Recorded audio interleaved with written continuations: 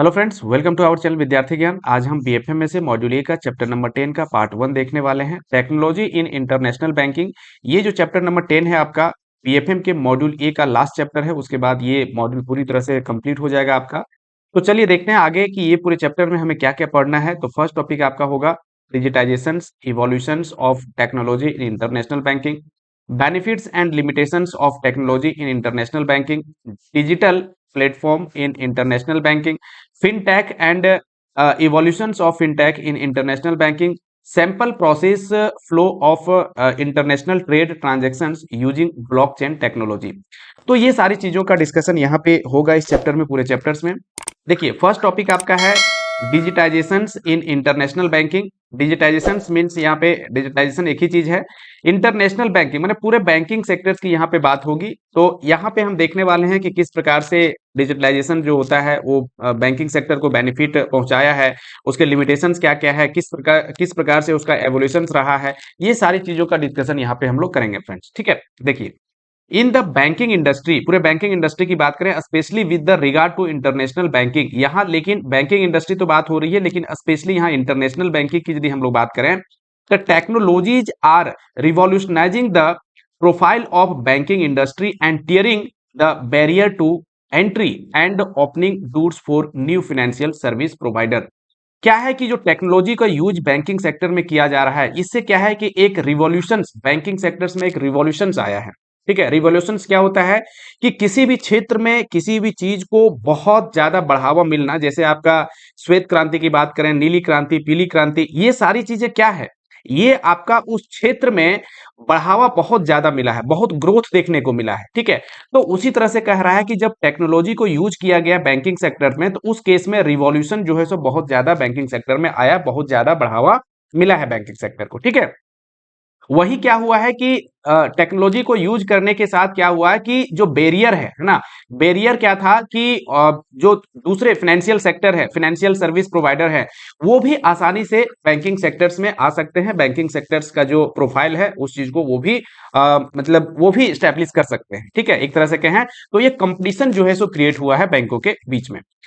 Competition from the startups, ठीक है, startups, नए नए स्टार्टअप्स आ रहे हैं, तो competition from the startups, internet giant, बहुत जो ऐसी कंपनियां हैं जो इंटरनेट के क्षेत्र में बहुत ज्यादा आगे है, तो internet giants and financial service providers from the outsides of the banking along with the increased regulations are forcing banks to accelerate their digital revolution। वही है कि जो बैंकिंग पहले जो बैंकिंग कंपनी थी, जो बैंकिंग का काम कर रही है, उसके अलावा जो टेक्नोलॉजी इसमें यूज किया जाने लगा, उससे क्या है कि दूसरे जो फाइनेंशियल प्रोवाइडर्स है, फाइनेंशियल सर्विस प्रोवाइडर है, नए नए स्टार्टअप्स हैं, इंटरनेट जायंट है, ये लोगों को भी फायदा होने लगा है कि क्योंकि वो भी आसानी से जो है सो टेक्नोलॉजी को यूज करके और बैंकिंग का जो काम है उस चीज को वो कर सकते हैं। इस वजह से उनको भी यहाँ पे आने में आसानी हुई बैंकिंग क्षेत्र में, जिसके वजह से एक कंपटीशन को देखने को मिलता है। और जब किसी भी क्षेत्र में कंपटीशन होता है, एक हेल्दी कंपटीशन होता है, तो उस क्षेत्र में ग्रोथ होना संभव है, ठीक है। अब देखिए आगे क्या कह रहा है कि building a truly digital bank. अब किस प्रकार से एक ट्रूली डिजिटल बैंक बनाया जा सकता है, किस प्रकार से एक बैंक को डिजिटलाइज किया जा सकता है, तो इसके बारे में हम लोग देखें कि क्या क्या प्रोसेस उसका हो सकता है, उसके लिए क्या करना पड़ेगा एक बैंक को, ठीक है। एक बैंक जो पहले एकदम मैनुअल बेसिस पे चल रहा है, चलते आ रहा था, उसमें से डिजिटल के रूप में यदि उसे काम करना है, डिजिटली उसे इक्विप करना है, तो उसके लिए क्या क्या करना पड़ेगा उसे। देखिए rethinking customer experiences and developing efficient effective operation model, many of the banks who started with technology have started re-engineering their architectures in order to support updated development in the field of digital banking, especially with regard to the international banking। क्या कह रहा है कि जब आपको एक digital मतलब digital banking के रूप में यदि आप आना चाहते हैं, तो उसके लिए क्या है, rethinking of the customer experience. Customer क्या चाहता है उसको आपको रीथिंक करना पड़ेगा। ऐसा नहीं है कि जो आप कर रहे हैं उसको करते रहेंगे। उसके लिए आपको क्या है कि कस्टमर की क्या रिक्वायरमेंट है, कस्टमर किस प्रकार से चाहता है, उसको कैसे उसका जो डिमांड है ना, उसको किस प्रकार से जो है सो एफिशिएंट कर सकते हैं, इफेक्टिव ऑपरेशन मॉडल्स आप ला सकते हैं उसके ये में, है ना, उसके थिंकिंग के आधार पे। तो ये सारी चीजों को आपको करना पड़ेगा फ्रेंड, ठीक है। तब जाकर के एक डिजिटल बैंकिंग जो ट्रूली डिजिटल बैंकिंग है उसके बारे में फिर सोचा जा सकता है। आगे क्या है कि their efforts will need to be strategic by spacing out their ongoing architecture in order to reach the objectives with available capital and within the acceptable time frame, thereby increasing the customer's experience in all the area of the international banking which the customer is involved with। अब क्या है कि उसके लिए आपको क्या करना पड़ेगा कि जो पहले से आपका ऑनगोइंग आर्किटेक्चर्स आपके जो चल रहे हैं, पुराने जो आपके जो सोच है, पुरानी जो आपके आर्किटेक्चर्स है, उस चीज को आपको स्पेस आउट करना पड़ेगा, उसे आपको छोड़ना पड़ेगा, ठीक है। और क्या करना पड़ेगा, एक स्ट्रेटजी बनानी पड़ेगी इसके लिए कि आपको डिजिटल वे में आपको चलना है, बैंकिंग को एक डिजिटल वे में लाना है। इसके लिए आपको क्या करना पड़ेगा कि कस्टमर के क्या एक्सपीरियंस है उसको ध्यान में रखना पड़ेगा, पहले से जो आपके ऑनगोइंग आर्किटेक्चर है उसको आपको चेंज करना पड़ेगा, ठीक है। किस प्रकार से बाकी जो एरिया है ना, इंटरनेशनल बैंकिंग के बाकी जो एरिया है, बाकी जो बैंक क्या कर रहे हैं, उस चीज को ध्यान में रख करके आपको इवॉल्व करना पड़ेगा। क्या चीजों को, कि आपको digital strategies based on the banks specific goal, vision and mission.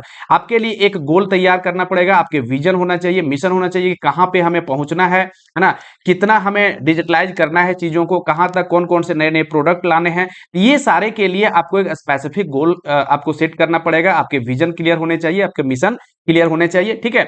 Vision क्या होता है, विजन आपका ब्रॉड क्षेत्र है ना, उस विजन को कंप्लीट करने के लिए छोटे छोटे आपको मिशन पहले कंप्लीट करने पड़ते हैं, ठीक है। और उसके लिए क्या है कि गोल आपको जो है, ये विजन जो है गोल है उसको अचीव करना पड़ता है, ठीक है। तो ये चीज का आपको जरूरत पड़ेगी यदि आप एक डिजिटल बैंकिंग के रूप में स्टैब्लिश करना चाहते हैं किसी बैंक को, तो ठीक है। आगे क्या है कि digital capabilities assessment identify the business and IT capabilities that the banks should develop, ठीक है। क्या है कि डिजिटल कैपेबिलिटी जो है आपकी, डिजिटल कैपेबिलिटी आप आइडेंटिफाई करेंगे कि आपके अंदर क्या करने की क्षमता है, किस प्रकार के डिजिटल कैपेबिलिटी आपके पास है। और आईटी कैपेबिलिटी है ना, आप डिजिटल कैपेबिलिटी मतलब है कि आईटी कैपेबिलिटी भी उसमें इंक्लूड होना चाहिए। तो उस चीज को इंक्लूड करके आप क्या कर सकते हैं, ला सकते हैं। ये सारे प्रोसेस है, ये सारी चीजों जो है पॉइंट वाइज हम जो देख रहे हैं, ये सारे प्रोसेस है तभी जाकर के एक ट्रूली डिजिटल बैंक के रूप में स्टैब्लिश किया जा सकता है, ठीक है। आगे क्या करता है, अलाइनमेंट विद एग्जिस्टिंग प्लेटफॉर्म। आपके पास जो पहले से चल रहे हैं प्लेटफॉर्म, जो आप जिस पे काम कर रहे हैं, IT architecture alignment is a crucial element. तो आपके जो प्लेटफॉर्म पहले से चल रहे हैं, आईटी आर्किटेक्चर्स जो है ना, जो पहले से चल रहे हैं, वो सारे चीज को अलाइन करना पड़ेगा। जब आप ऐसा तो नहीं है कि आप जो डिजिटल बैंकिंग ला रहे हैं और पहले से जो आपका मैनुअल बैंकिंग चल रहा है, पहले से जो आप जिस प्रोसेस पे काम कर रहे हैं उसे कंप्लीटली आप चेंज नहीं कर पाएंगे एकाएक। तो इसीलिए उसे अलाइन करना पड़ेगा, है ना। अलाइनमेंट जरूरी है कि आप जो डिजिटल बैंकिंग ला रहे हैं उसमें जो चेंजेज होंगे और पहले से जो आपको चेंजेज, पहले से जो आपका ऑनगोइंग प्रोसेस है उसको अलाइन करना पड़ेगा। एकाएक आप बहुत ज्यादा नहीं कर सकते हैं, इस चीज को भी ध्यान देना पड़ जाता है। Once the go ahead is decided, एक बार आपने सोच लिया कि नहीं आगे हमें बढ़ना है, सब चीज हमने देख लिया, अब आगे हमें फाइनली जो है सो डिजिटलाइजेशन की ओर बढ़ना है। तो फिर क्या देखा जाता है कि the digital re engineering road map with the operating model, target architectures, banks budget plan, resources and the risk appetite need to be defined along with the timeline, cost, resources, risk and expected return। तो आपने यदि एक बार सोच लिया कि हमें आगे बढ़ना ही है, डिजिटलाइज करना ही है बैंकिंग को, तो वैसे केस में री इंजीनियरिंग मतलब जो आपका पहले से है, सारी चीजें आपके पास है, उसे री इंजीनियरिंग, उसे फिर से मॉडिफाइड रूप में जो है सो करना पड़ेगा, है ना। सब जो अभी आपके पास अवेलेबल रिसोर्सेस है उसमें से मॉडिफाइड रूप में करेंगे विद द ऑपरेटिंग मॉडल। जो आप मॉडल लेकर के चलना चाहते हैं with the operating model, targets आपका क्या है, टारगेट आर्किटेक्चर से किस प्रकार आप अपने आप को जो बैंकिंग सेक्टर है उसको आप मॉडिफाई करना चाहते हैं। तो टारगेट आर्किटेक्चर जो है, बैंक्स का बजट क्या है, प्लान्स क्या है ना, कितना उसमें रिस्क है, कितना रिटर्न होगा, कितना कॉस्ट बैठेगा, ये सारी चीजों का आप क्या करते हैं, एक रोड मैप तैयार करते हैं। उसके बाद आगे चल करके आप फाइनली डिजिटलाइजेशन की ओर मुड़ते हैं। ऐसा नहीं है कि एक ही बार आपने सोच लिया कि नहीं हमें डिजिटलाइज करना है तो फिर आपने जो आपके रिसोर्सेस हैं उसको कंप्लीटली आपने जो है सो क्या किया, उस मोड पे ले गया। वैसा यदि आप करेंगे तो आप सक्सेस नहीं कर पाएंगे, क्योंकि आपका पहले से जो ऑनगोइंग प्रोसेस चल रहा होता है, कहीं ना कहीं उसे अलाइन करके ही आगे आपको बढ़ना होता है। ठीक है, किसी दूसरे को देख करके आप आगे नहीं बढ़ सकते हैं। आपके क्या स्ट्रेंथ है, क्या वीकनेस है, उसके आधार पर ही करना पड़ता है फ्रेंड्स। ठीक है, चलिए आगे देखिए, आगे क्या कह रहा है कि following may be broad thoughts on upgrading the bank's digital re engineering plan. कौन कौन सी चीजों को हमें ध्यान में रखना पड़ता है जब हम एक आपका क्या कर सकते हैं, अपग्रेड करते हैं, तो क्या क्या चीजें होती हैं उसके बारे में देखिए। देखिए इसमें क्या होता है कि making the bank more relevant to the customer. इसमें कस्टमर जो making the banks more relevant to the customer, कहने का मतलब ये हो गया कि जब आप एक कंपटीशन से फेस करते हैं अपने इंडस्ट्री में, तो उस केस में क्या होता है कि आपको अपने चीजों पे रिलाय ना करके कस्टमर क्या चाहता है उसके अनुसार से अपनी चीजों को मॉडिफाई करना पड़ता है, अपने प्रोडक्ट को मॉडिफाई करना पड़ता है। इसलिए बोल रहा है कि making the bank more relevant to the customer, customer के आधार पे, कस्टमर के अनुसार से आप चीजों को बनाने की कोशिश करते हैं, उसे प्रोवाइड करने की कोशिश करते हैं। तो वही चीज है कि broad thoughts of upgrading bank digital re engineering plan, ये आपके थॉट होते हैं कि हम कस्टमर के अकॉर्डिंग जो है सो उस चीज को करेंगे। रिलेटिव्स है ना, relatives benefits of speeds, speeds आपकी बढ़ जाती है उसमें, विच इन हाउस टैलेंट जो आपके अंदर है ना, इन हाउस टैलेंट जो आपके अंदर ही जो मेन रिसोर्सेस हैं, जो आपके अंदर रिसोर्सेस हैं, ठीक है, उसमें जो है सो आपकी क्या है कि स्पीड बढ़ जाती है यदि आप डिजिटल वे में चलते हैं तो। ठीक है, क्या है, developing the digital ecosystems and platform that deliver traditional and non traditional product to the customer. और जब आप इस प्रकार सोचते हैं, री इंजीनियरिंग करते हैं चीजों का, तो क्या होता है कि आप कस्टमर्स को एक, आप जो है सो एक इकोसिस्टम तैयार करते हैं। उसमें क्या होता है कि आप जो कस्टमर है उसे एडिशनल सॉरी ट्रेडिशनल जो आपका जो चाहता है, वो जो आपका प्रोडक्ट वो चाहता है ट्रेडिशनल हो गया या नॉन ट्रेडिशनल प्रोडक्ट्स हो गया, वो कस्टमर को प्रोवाइड करते हैं अकॉर्डिंग टू कस्टमर।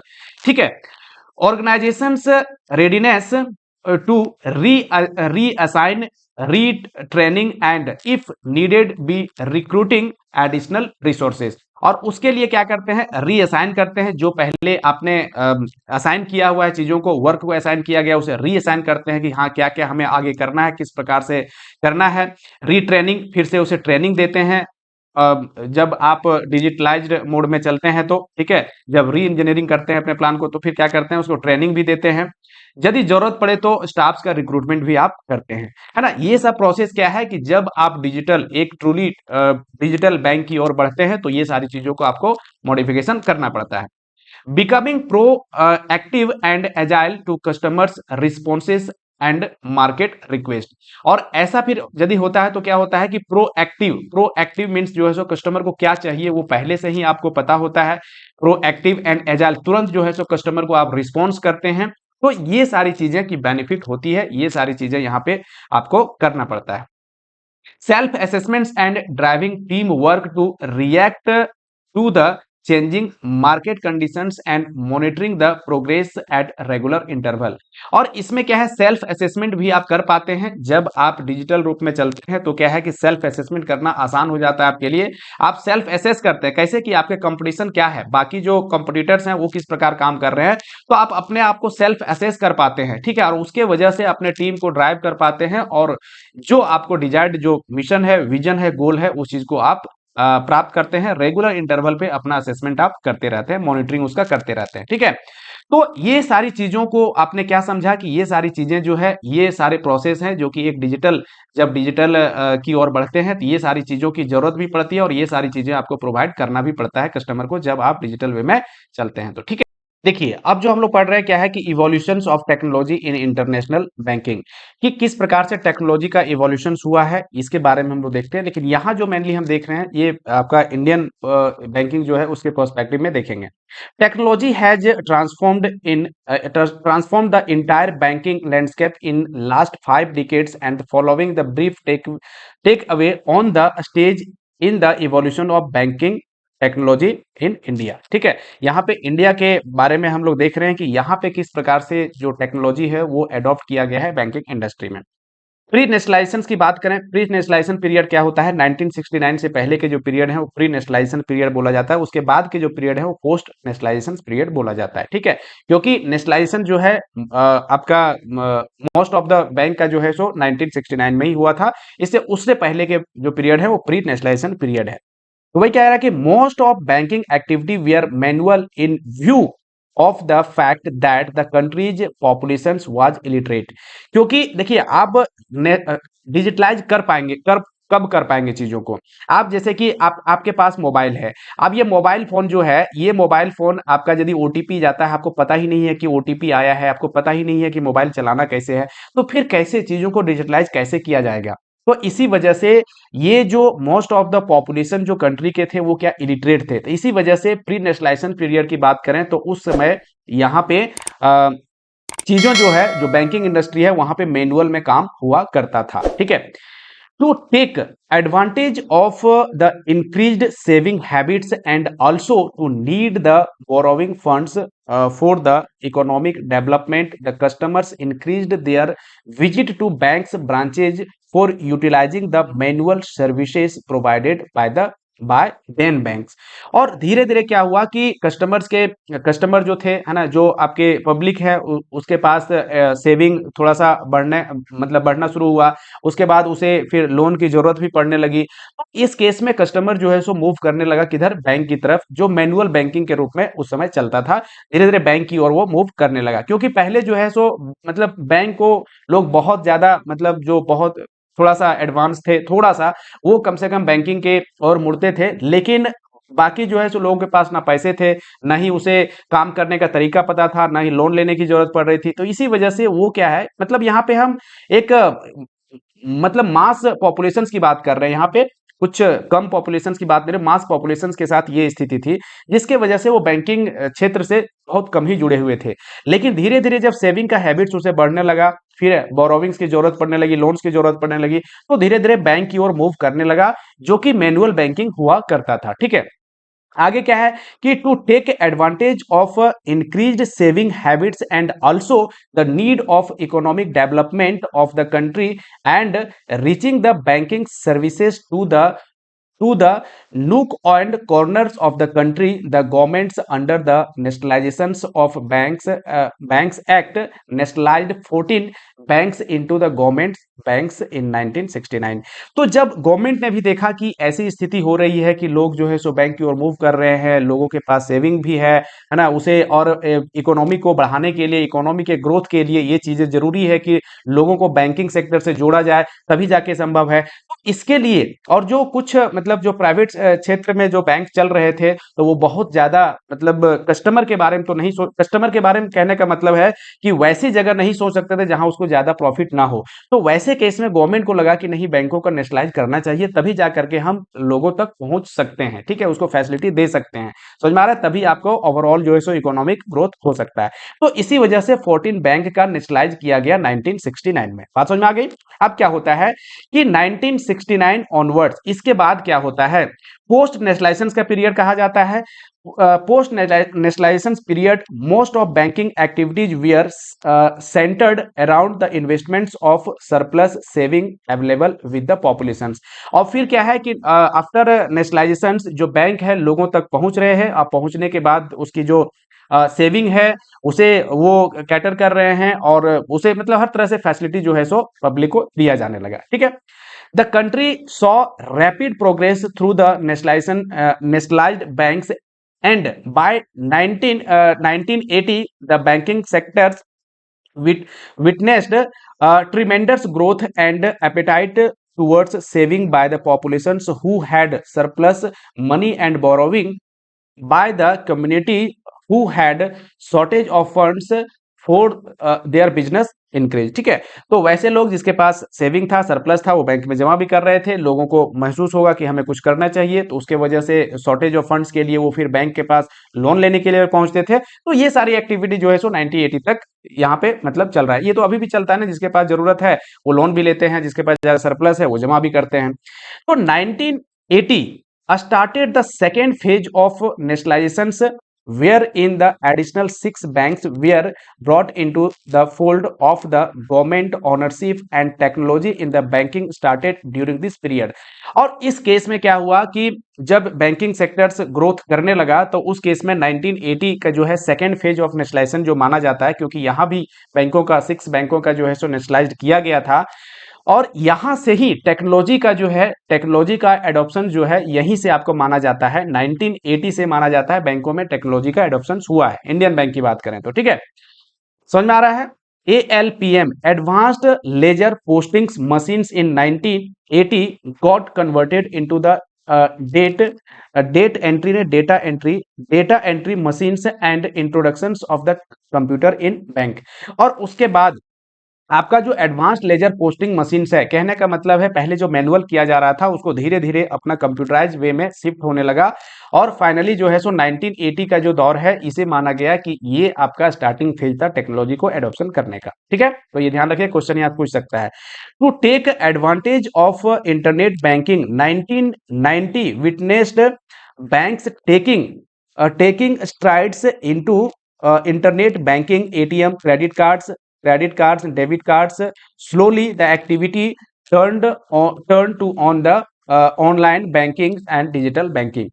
और उसके बाद 1990 के बाद ऐसा हुआ कि एटीएम की बात है, देखिए एटीएम की शुरुआत तो पहले से हुई थी, लेकिन इंडिया की बात यहाँ कर रहे हैं कि एटीएम की है, क्रेडिट कार्ड है, डेबिट कार्ड है, और धीरे धीरे आपका ऑनलाइन बैंकिंग की ओर मुड़ने लगा बैंकिंग इंडस्ट्री। ठीक है, तो ये जो है एवोल्यूशन है इंडियन बैंकिंग की पर्सपेक्टिव में यदि बात करें तो ये इस प्रकार से एवोल्यूशन रहा है इंडियन बैंकिंग का।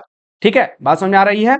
चलिए, अब क्या है कि benefit and limitations of technology in international banking, क्या बेनिफिट है और उसमें क्या लॉस हो सकता है इसके बारे में देखिए। तो बेनिफिट की यदि बात करें तो क्या है कि इंक्लूड एक्यूरेसी ज्यादा होता है, क्योंकि मैनुअल कोई काम आप करते हैं तो गलती होने की चांस ज्यादा होती है। तो इसी वजह से यहाँ पे क्या है कि एक्यूरेसी में आपको इंक्रीज देखने को मिला, स्पीड में इंक्रीज देखने को मिला। लोअर ट्रांजेक्शन कॉस्ट, आपका जो एक कॉस्ट ट्रांजेक्शन का कॉस्ट है उसे कम किया गया, क्योंकि यहाँ पे एक साथ में बहुत सारे ट्रांजेक्शन कर पाते हैं तो कॉस्ट भी यहाँ पे कम देखने को मिला। ठीक है, ईज ऑफ डूइंग बिजनेस, और बिजनेस करना भी आसान हुआ, आसानी से बैंकिंग इंडस्ट्री चलाए जा सकते हैं। क्यों? क्योंकि यहाँ काम करना आसान हो गया, जब चीजें डिजिटलाइज हो गई है, कंप्यूटराइज हो गया, ऑनलाइन हो गया, तो यहाँ पे क्या है कि ईज ऑफ डूइंग बिजनेस भी देखने को मिला, है ना। कंप्लायंस की बात करें तो वो चीजों को भी थोड़ा सा अच्छे ढंग से यहाँ किया जाने लगा। कंप्लायंस मींस क्या है कि जो रेगुलेशंस है उस चीज पे ज्यादा ध्यान देने, मतलब उस चीज को भी आसानी से किया जाने लगा कि जो एज पर लॉज है, एज पर आपका रेगुलेशंस है, उसके अनुसार से काम करना, ये चीज भी यहाँ पे आसान होने लगा। रिडक्शंस इन मैन पावर में रिडक्शंस हुआ, हालांकि ये आपका मैरिट डिमेरिट दोनों हो सकता है। ठीक है, मैन पावर में रिडक्शन हुआ कि कम लोग के द्वारा ही बैंकिंग को चलाया जाने लगा। रेगुलेटरी रिक्वायरमेंट भी यहाँ पे देखने को मिला, लेकिन रेगुलेटरी रिक्वायरमेंट क्या है कि यहाँ पे रेगुलेट किए जाने लगे चीजों को, जिसके वजह से कंप्लायंस भी यहाँ पे जो है कंप्लायंस भी आसानी से किया जाने लगा। ठीक है, कंप्लायंस जो पार्ट है, जब रेगुलेशंस किसी चीज का अच्छे से कर रहे हैं और यदि अच्छे ढंग से आप उस चीज को मतलब कंप्लायंस कर रहे हैं, तो उसके लिए क्या है कि एक डिजिटल वे में जरूरी है, क्योंकि मैनुअली हर चीज को आप नहीं कर पाएंगे उतने अच्छे से।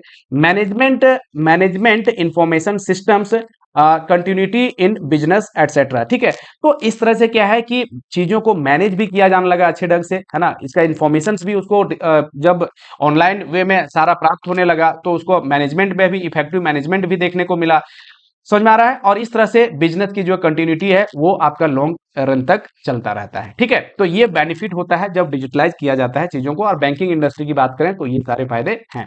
लेकिन वही लिमिटेशंस की बात करें तो इसमें लिमिटेशन क्या है, खामियां क्या है कि इंक्लूड कॉस्ट इन इंफ्रास्ट्रक्चर। अब उसके लिए है कि आपको मशीनें लानी पड़ेगी, है ना, कंप्यूटर लाना पड़ेगा, एक सेटअप तैयार करना पड़ेगा, तो इंफ्रास्ट्रक्चर कॉस्ट भी ज्यादा आपका बढ़ जाता है इसके वजह से, है ना।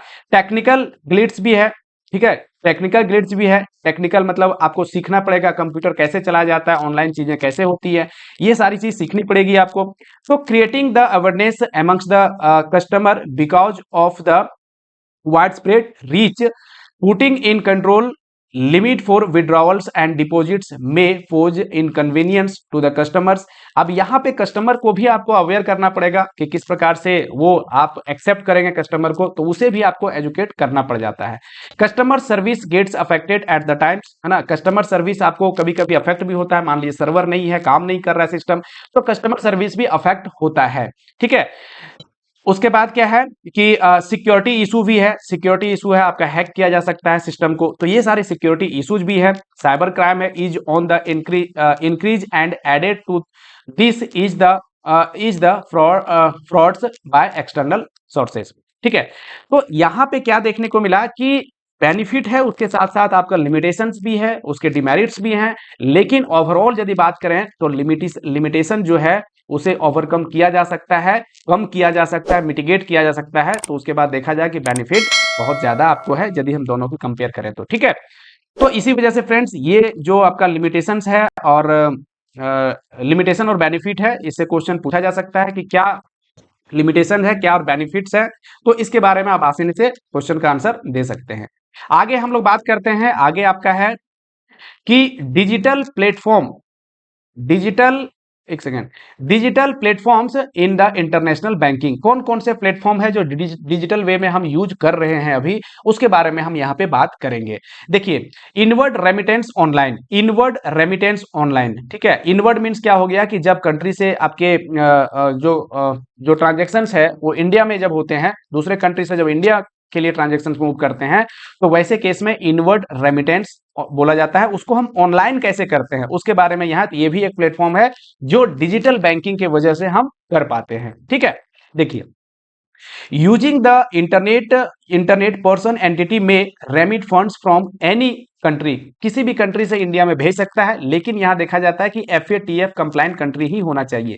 FATF क्या होता है? फाइनेंशियल एक्शन टास्क फोर्स है। जो कंट्री वो मतलब एक तरह से शपथ लेता है कि हम जो है मनी लॉन्ड्रिंग को, जो मनी लॉन्ड्रिंग है उसे बढ़ावा नहीं देंगे, ब्लैक मनी को जगह अपनी कंट्री में नहीं देंगे। तो उस प्रकार की जो कंट्री जो शपथ लिया होता है, वैसे कंट्री को FATF country, financial action task force country बोला जाता है। तो वैसे कंट्री से इंडिया में फंड्स को ट्रांसफर किया जा सकता है to any bank account in India. जो इंडिया में बैंक अकाउंट मेंटेन किए हैं उस अकाउंट में दूसरे कंट्री से ट्रांसफर किए जा सकते हैं। ये आपका इनवर्ड रेमिटेंस होगा जो ऑनलाइन हम लोग करते हैं। ठीक है, ये भी एक बेनिफिट है किसका? डिजिटल बैंकिंग का, है ना? समझ में आ रहा है?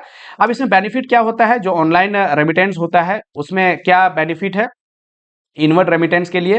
कि quick and seamless transfer from any country, किसी भी कंट्री से बहुत आसानी से स्मूथली हम लोग ट्रांसफर कर पाते हैं फंड्स को, as long as the country is FATF compliant. वही बोला कि FATF कंप्लायंट कंट्री ही नॉर्मली होता है। ठीक है, fixed and fair exchange rate. और fixed and fair exchange rate क्या होता है कि आप जब आपको ट्रांसफर करना है, आप देखते हैं कि कब हमारे लिए फायदेमंद है, तो उस केस में आपको fixed and fair exchange rate है, वो आपको एक्सचेंज रेट कम भी लग सकता है, आप अपने अनुसार से, अपनी सुविधा के अनुसार से उसे ट्रांसफर करते हैं।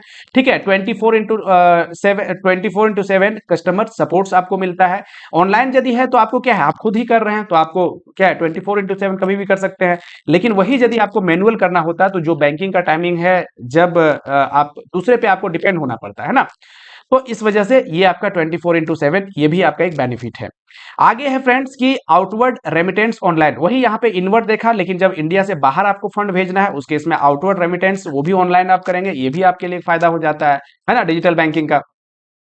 अब quick and seamless online portal. ठीक है, इंटरनेट बैंकिंग जैसे बात करें, ये क्या है? एक ऑनलाइन ही तो है, ऑनलाइन बैंकिंग ही तो है, डिजिटल बैंकिंग ही तो है।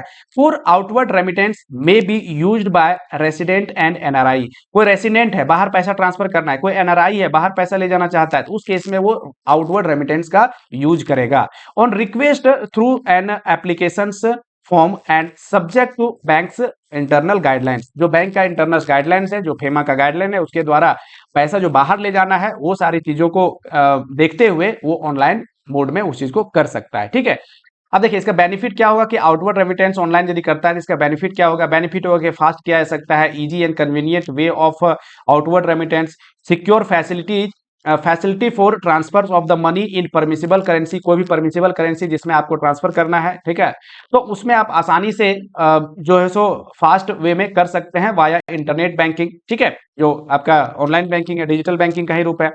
all purposes as permissible under the schedule third remittance as per the provisions of the FEMA and subject the permissible limits under the relevant provisions, ठीक है, and any other permissible transactions available 24/7। अब क्या कह रहा है कि यहां देखिए, यदि आप ऑनलाइन ट्रांसफर करेंगे, सबसे पहले यहां पे ये भी ध्यान देना पड़ेगा कि फेमा का जो एक्ट है, फेमा का जो शेड्यूल है, शेड्यूल थर्ड, उसमें से जो परमिसेबल है, क्योंकि आपको ये बताया गया था कि सेमा के जो फेमा का जो 3 शेड्यूल है, शेड्यूल 1, 2 और 3, 1 में क्या है कि रेस्ट्रिक्टेड है, जहां पे आप नहीं कर सकते हैं, और सेकेंड शेड्यूल क्या है कि रेस्ट्रिक्शंस है, लेकिन वो क्या है कि आप अप्रूवल के साथ उसे कर सकते हैं, लेकिन शेड्यूल थर्ड में वो परमिसिबल है, उसके उस शेड्यूल में जो जो एक्टिविटीज आती है उसके लिए आप रेमिटेंस कर सकते हैं आसानी से, जो आपका लिमिट है उसके अंदर में, ठीक है। तो ये सारी चीजों को पहले से बताया जा चुका है। देखिए आगे, अब आगे हम बात करते हैं कि जो आपका नेक्स्ट है, नेक्स्ट आपका जो प्लेटफॉर्म है, ऑनलाइन प्लेटफॉर्म जिसे हम यूज करते हैं आपका डिजिटल बैंकिंग में, ये आपका है ट्रेड फाइनेंस पोर्टल। तो यहाँ क्वेश्चन ये पूछा जा सकता है कि फॉलोइंग में से कौन सा हमें जो ऑनलाइन पोर्टल नहीं है ना, डिजिटल बैंकिंग का एग्जांपल नहीं हो सकता है, तो उसमें से आपको देखना है। तो बहुत ज्यादा यहाँ पे इंटरनल क्या दिखा गया है उस चीज पे ना जाकर के सिर्फ ये याद रखिए कि ट्रेड फाइनेंस पोर्टल जो होता है, ट्रेड फाइनेंस में जब आप ट्रेड करते हैं एक कंट्री से दूसरे कंट्री में, तो वहां भी चीजों को ऑनलाइन बहुत सारी चीजें की जाती हैं, तो इसके वजह से वो जो पोर्टल होता है ये ऑनलाइन बैंकिंग का ही एग्जाम्पल है। देखिए क्या कह रहा है कि anywhere any time banking for international trade transactions available online, है ना, एनीवेयर एनी टाइम, ये आप जो ऑनलाइन जो ट्रांजैक्शंस करते हैं ये आपका अवेलेबल होता है, ठीक है, समझ में आ रहा है कि all trade transactions relating to imports यदि करना है इंक्लूडिंग द बायर्स क्रेडिट्स के लिए, ठीक है, and all trade transactions relating to the exports including the pre shipment and post shipments may be handled online through trade portal. तो जो buyer's credit है, बायर्स क्रेडिट के लिए या तो एक्सपोर्ट के केस में कहें कि प्री शिपमेंट के लिए या पोस्ट शिपमेंट के लिए, ये सारी चीजों को भी हैंडल जो किया जाता है एक पोर्टल के द्वारा किया जाता है जो ऑनलाइन आपका चलता है। तो ऑनलाइन चल रहा है इसका मतलब क्या है कि ये भी एक डिजिटल बैंकिंग का ही एग्जाम्पल है। बात समझ में आ रहा है? आगे क्या है, इसका बेनिफिट्स क्या होता है, जो आपका ट्रेड फाइनेंस पोर्टल है जो आपका अवेलेबल है ऑनलाइन, ये क्या इसका बेनिफिट क्या है जो यूज किया जाता है बैंकों के द्वारा, क्या इसका बेनिफिट्स है। तो इसमें बेनिफिट तो आप समझ ही रहे हैं कि क्या क्या बेनिफिट है, कि फास्ट वे में हम लोग कर, जैसे देखिए templated transactions and in compliance with the provisions relating to international trade, bulk upload facility available, एक साथ में बहुत सारी चीजों को आप मतलब बहुत सारे ट्रांजेक्शन एक साथ में आप कर सकते हैं, चीजों को आप मॉनिटर कर सकते हैं। Approval of the transactions by the corporate online through maker and checker facility. अब देखिए मेकर चेकर फैसिलिटी तो आपको पता ही है, बैंक में यदि काम कर रहे हैं तो क्या है कि यदि आपका ऑनलाइन आप पोर्टल को यदि चला रहे हैं तो उस केस में मेकर चेकर फैसिलिटी होती है। तो अब ऑनलाइन में क्या फायदा हुआ कि मेकर कहीं और बैठा है, चेकर और कहीं बैठा है, तो उस केस में मेकर चेकर फैसिलिटी जो होता है उसको भी यूज करके आसानी से उसका ऑथेंटिकेशन किया जा सकता है। Copies of advice ready reference to debit and credit entries, swift copies available online, ठीक है, आप दूसरे कंट्री में मैसेज भेजना होता है, बताना होता है कि हाँ ये सारे ट्रांजैक्शन इस रूप में करना है, तो उसके लिए स्विफ्ट जो होता है डेबिट क्रेडिट जो किया जाता है स्विफ्ट के माध्यम से वो भी आसानी से भेजा जाता है। डिटेल्स ऑन लिमिट सैंक्शन, ठीक है, लिमिट जो सैंक्शन किया गया है उसका डिटेल भी मॉनिटर कर पाते हैं आप, जो ट्रेड फाइनेंस पोर्टल है, जैसे एलसी हो गया, बीजी लिमिट हो गया, ये सारी चीजों का limit availability, limit utilisation etcetera available online, ये सारी चीजों को आप देख पाते हैं, है ना, एक पोर्टल के थ्रू आप मॉनिटर कर पाते हैं, ठीक है।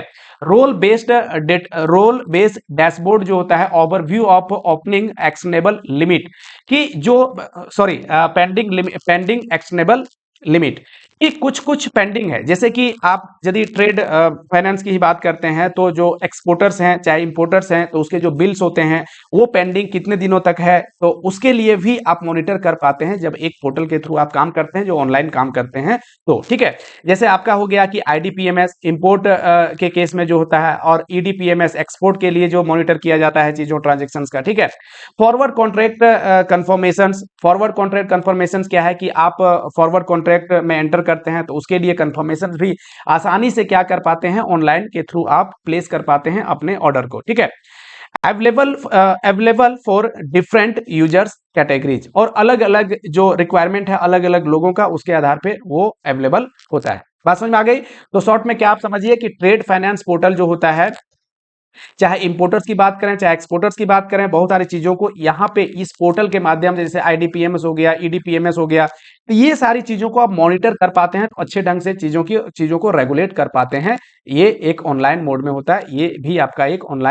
देखिए नेक्स्ट आपका है कि foreign exchange rate portal. Foreign exchange rate portal, foreign exchange से आपको पता चल ही रहा है कि फॉरेन एक्सचेंज क्या है ना, एक कंट्री से दूसरे कंट्री में जो एक्सचेंज होते हैं, तो फॉरेन एक्सचेंज रेट पोर्टल भी अवेलेबल होता है, जिसके आधार पे लोग क्या है आसानी से इसमें काम कर पाते हैं। जैसे देखिए, portal provided to the corporates who meet the criteria set up by the banks for getting onboarded after getting the login ID। ठीक है, लॉगिन आईडी यदि मिल जाता है उसे, पासवर्ड मिल जाता है तो उसमें ऑनबोर्ड कर सकता है, वो लॉगिन कर सकता है as per the internal guidelines of the bank. ठीक है, अब क्या होता है इसमें कि enables the corporates to directly log on to the banks internet banking platform and access the foreign exchange rate portal में डायरेक्टली वो क्या करते हैं, रीच कर पाते हैं।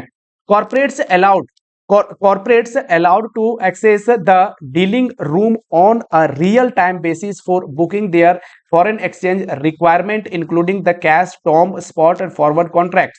कहने का मतलब हो गया कि जो कोई किसी कॉन्ट्रैक्ट में जाता है तो उसके लिए क्या है, जब आपको पता है कि फॉरेन एक्सचेंज जो होता है फ्रिक्वेंटली ये जो इसके रेट है चेंज होते हैं, है ना, करेंसी के रेट चेंज होते हैं, तो इसी वजह से इसमें एक रियल टाइम में जो डीलिंग रूम है, डीलिंग रूम ऑपरेशन है उसके साथ जुड़ पाते हैं कस्टमर और अपना ऑर्डर को वो प्लेस कर पाते हैं। अब देखिए इसका बेनिफिट की बात करें तो बेनिफिट की बात अभी जो हमने यहाँ पे करी है ये सारे क्या है, बेनिफिट्स के रूप में ही सब आते हैं यहाँ पे। ठीक है, जो भी चीज है वो रियल वे में रियल टाइम में यहाँ पे आपको पोर्टल में देखने को मिलता है, तो इसी वजह से आप आसानी से ऑर्डर प्लेस कर सकते हैं, कॉन्ट्रैक्ट में आप भाग ले सकते हैं, ये सारे फायदे आपके देखने को मिलते हैं। अब देखिए फ्रेंड्स, यहाँ हम यदि बात करें, ये क्या है आपका export data processing and monitoring system EDPMS. इसके बारे में ऑलरेडी हमने पढ़ रखा है, जब हमने पढ़ा था आपका एक्सपोर्ट्स इंपोर्ट से रिलेटेड तो चैप्टर जो था, तो ईडीपीएमएस के बारे में वहां पे बात हो चुकी थी कि जो आपका एक्सपोर्टर्स है उससे रिलेटेड जो भी ट्रांजेक्शन होते हैं, जो मॉनिटरिंग है वो ईडीपीएमएस पोर्टल के थ्रू किया जाता है। ठीक है, बात समझ में आ रही है कि जैसे आपका यहाँ क्या कह रहा है कि reserve bank of India RBI operationalized the export data processing and monitoring system EDPMS with effect from 1st March 2014, wherein the data pertaining to the export declaration form EDF जो फॉर्म होता था, शिपिंग बिल जो है ना, जो shipment किया गया है मतलब गुड्स का, उसका जो बिल्स है, शिपिंग बिल्स है, सॉफ्टेक्स फॉर्म जब सॉफ्टवेयर का एक्सपोर्ट किया जाता है तो उसके लिए फॉर्म भरा जाता है, तो उसको भी अपडेट यहाँ पे किया जाएगा EDPMS में। Would flow from the customers, है ना, कस्टमर फ्रॉम द कस्टमर, ठीक है, एसटीपीआई एसईजेड, मतलब जहां पे वो कस्टमर्स हैं वहां से क्या है कि टू द ईडीपीएमएस में फिर उसको अपडेट किया जाता है। Software and the authorised dealer banks were required to report lodgement of realisation of these EDF, है ना, एक्सपोर्ट डिक्लेरेशन फॉर्म, एसबी हो गया, shipping bills and SOFTEX in the EDPMS. तो वही चीज है, ये सारी चीजों को पढ़ रखा है हमने कि जो भी आपका एक्सपोर्टर है यदि वो गुड्स को एक्सपोर्ट कर रहा है तो ईडीएफ फॉर्म जो भरता है, सॉफ्टवेयर को एक्सपोर्ट कर रहा है ना, ट्रांसमिट कर रहा है तो सॉफ्टेक्स फॉर्म भरता है, उसका जो शिपिंग बिल होता है, ये सारी चीजों को ऑथराइज्ड बैंक के द्वारा, ऑथराइज्ड डीलर बैंक के द्वारा क्या किया जाता है, ईडीपीएमएस पोर्टल में अपडेट किया जाता है ताकि इसका एक मॉनिटरिंग सही रूप में किया जा सके। समझ में आ रहा है? अब इशुएंस ऑफ ईबीआरसी, देखिए ये ध्यान से समझिएगा, ये वहां पे नहीं पढ़ाया गया था। इशुएंस ऑफ ईबीआरसी जैसे अपडेट किया गया, मतलब ईडीपीएमएस पोर्टल में अपडेट किया जाता है डेटा को, उसके बाद क्या है कि issuance of EBRC electronic bank realisation certificate, जब आपका बिल रियलाइज हो जाता है तो ये आपका सर्टिफिकेट इशू किया जाता है ऑथराइज्ड डीलर के द्वारा। जो सर्टिफिकेट का नाम क्या है, EBRC electronic bank realisation certificate, was introduced with effect from 16th October 2017, as a result of which authorized dealer banks were to update the EDPMS with the data of export proceeds on as and when realised basis. जैसे वो realise होता है वो आपको EBRC आपको issue करता है ताकि वो कंप्लीट आपका ट्रांजेक्शन माना जाता है। मतलब क्या है कि आपका बिल रियलाइज हो चुका है, वो EDPMS में उस चीज को वो क्लोज कर देता है। ठीक है, to facilitate the authorised dealer banks to issue EBRC only from the data available in the EDPMS। अब वो तभी उस चीज को कर सकता है, इशू कर सकता है जब डेटा आपका EDPMS में अपडेट रहता है। तो यदि नहीं रहेगा तो नहीं कर पाएगा। क्यों? क्योंकि ये जो होता है वो इलेक्ट्रॉनिकली होता है। तो इलेक्ट्रॉनिकली आपको बैंक रियलाइजेशन सर्टिफिकेट तभी दिया जा सकता है जब डेटा आपका EDPMS में अपडेट किया हुआ रहेगा। तो ये भी आपका एक ऑनलाइन बैंकिंग का एक एग्जाम्पल है। यह भी एक ऑनलाइन बैंकिंग का क्या है कि आपको बेनिफिट देखने को यहाँ पे मिलता है। ठीक है, अब उसी तरह से क्या है कि import data processing and monitoring system IDPMS होता है। तो जिस तरह से EDPMS आपने देखा एक्सपोर्टर्स के लिए, उसी तरह से IDPMS होता है इंपोर्टर्स के लिए। यहाँ भी वैसा ही होता है, लेकिन चूंकि यहाँ पे आपका EDF और सॉफ्ट टैक्स SB फॉर्म तो होगा नहीं, तो यहाँ पे क्या होता है कि बिल ऑफ एंट्री, कि जब गुड्स आपके कंट्री में एंट्री कर गया है तो उसके लिए बिल ऑफ एंट्री जो होता है उसे भी अपडेट किया जाता है। कहाँ पे? IDPMS पोर्टल में। ये सारी चीजों का डिस्कशन ऑलरेडी हमने कर लिया है। कहां पे किया है? एक्सपोर्ट इंपोर्ट वाले चैप्टर में, इसलिए वहां पे जाकर के इसे अच्छे से आप समझ सकते हैं। ठीक है, अब देखिए लास्ट आपका टॉपिक है, ये क्या है कि FIRMS। देखिए यहाँ पे FIRMS हमने पहले भी पढ़ रखा है। FIRMS पोर्टल क्या होता है कि online filing of the foreign investment received by the investee company. ये जो फॉरेन इन्वेस्टमेंट होता है जहां पे हम लोग FDI और FPI के केस में हमने देखा था, तो फॉरेन इन्वेस्टमेंट के केस में उसका जो रिपोर्ट है वो FIRMS पोर्टल के साथ करना पड़ता है। जो इन्वेस्टी कंपनी मतलब क्या हो गया? जिसमें इन्वेस्ट किया जाता है ना, फंड्स को जिसमें इन्वेस्ट जिस कंपनी में किया गया है उस कंपनी को ये FIRMS पोर्टल के थ्रू रिपोर्ट करना पड़ता है। ठीक है, तो वही देखिए कि with the objective of integrating the extent reporting structures of various types of foreign investment in India, the single master form. हमने बताया था पहले कि सिंगल मास्टर फॉर्म क्या होता है? SMF, जहां पे एक ही पोर्टल में आपको बहुत सारे फॉर्म्स जो रिक्वायर्ड फॉर्म है, जो अलग अलग जो भी मतलब इन्वेस्टर है, इन्वेस्टी है, उसको रिपोर्ट करना पड़ता है। तो एक ही पोर्टल में अवेलेबल होते हैं, जिसे एक ही पोर्टल में होने की वजह से इसको SMF बोला गया है, सिंगल मास्टर फॉर्म बोला गया। कहने का मतलब ये आपका एक पोर्टल है, यहाँ भी जो अलग अलग प्रकार का एक फॉर्म यहाँ पे अवेलेबल है, जो किसी जिसको रिक्वायरमेंट है वो अपना भरेगा, दूसरे फॉर्म यहाँ है ना, इस प्रकार से फॉर्म बहुत सारे फॉर्म है। ठीक है, तो ये चूंकि एक ही जगह अवेलेबल है इसलिए इसको SMF बोला जाता है, सिंगल मास्टर फॉर्म बोला जाता है। आप जैसे अब ये जो पोर्टल है जिसमें ये अवेलेबल है SMF, उसे ही FIRMS पोर्टल बोला गया है। ठीक है, तो वही है कि सिंगल मास्टर फॉर्म जो है was introduced and Windows was provided between the 28th June 2018 to 20th July 2018 to the public investee to update the investments received under the foreign investment route on a online basis। ठीक है, हालांकि ऐसा तो नहीं है कि ये इसके यहीं तक ये किया गया है, लेकिन क्या है कि जो ऑथराइज्ड डीलर है, ऑथराइज्ड डीलर नहीं बल्कि आपका जो इन्वेस्टी है, जिस कंपनी में इन्वेस्टमेंट किया गया है, उससे रिक्वायरमेंट होता है कि FIRMS पोर्टल में उस चीज को अपडेट करके और रिपोर्ट भेजे। अब इसका रिपोर्ट का क्या टाइमिंग होता है, कितने पीरियड में करने होते हैं, ये सारे हमने ऑलरेडी पढ़ रखे हैं। ठीक है, with the implementation of SMF a consolidated reporting merging the ARF and the FCGPR भी जो आपको रिपोर्ट भेजना पड़ता है, FCGPR was introduced with effect from 1st September 2018 through a single revised FCGPR foreign currency gross provisional return.